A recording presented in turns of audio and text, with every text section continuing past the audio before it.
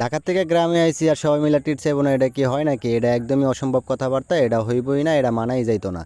রাত বাজে 8টা, এখন অগ মন চাইছে গ্রিল খাইবো, তো এখন অগ গ্রিল খাওয়াইতে হইব, আর কি আর করার।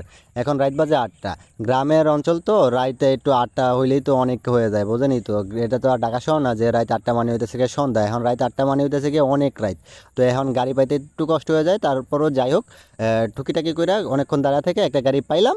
তো ওইটা নিয়ে এখন রওনা দিয়ে বালাইছি, এখন আর কি করার, এখন যাইতে আছি খাসিরহাট। আমাকে ওইদিকে হইতেছে কি সবচেয়ে ফেমাস একটা জায়গা হইতেছে খাসিরহাট, যেটার মধ্যে গ্রিল বানায়, খুব ভালো মজা লাগে। তো এখন ওই জায়গায় আমরা রওনা দিয়ে লাইছি, ওই জায়গায় এখন যাইতে আছি। তো গ্রামের রাতের দৃশ্যটা কিন্তু একটু অন্যরকম, একটু আনন্দের, একটু মজার, একটু অনেক সুন্দর একটা দৃশ্য, যেটা দৃশ্য না, রাত্রে আর কি উপভোগ করা যায় না। তো এটা হইতেছে গিয়া অনেক একটা ভালো একটা লাগার একটা মুহূর্ত। রাত্রে হইতেছে গিয়া গম্ভীর একটা ভাব ওইটা, আর চারিদিকে হইতেছে গিয়া জোনাকি পোকার ডাক।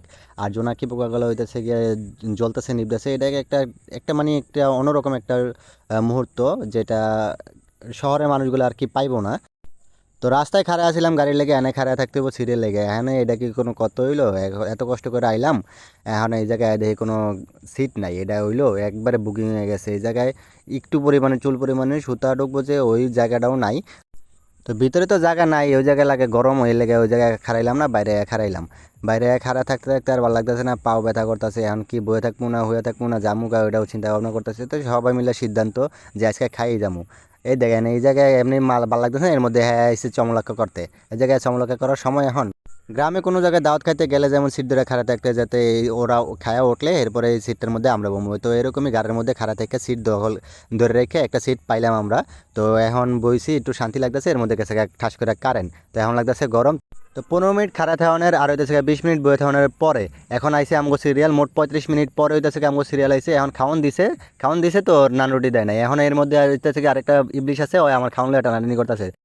তো আমারটা সবাই লয়ে টানাটানি শুরু করে দিয়েছে, তো টানাটানি করবো না গেলে জিনিসটা হইতেছে এত মজা। তো ঢাকা শহরের মতো হইতেছে একটু পরপরই একটা করে দোকান নাই এই জায়গায়।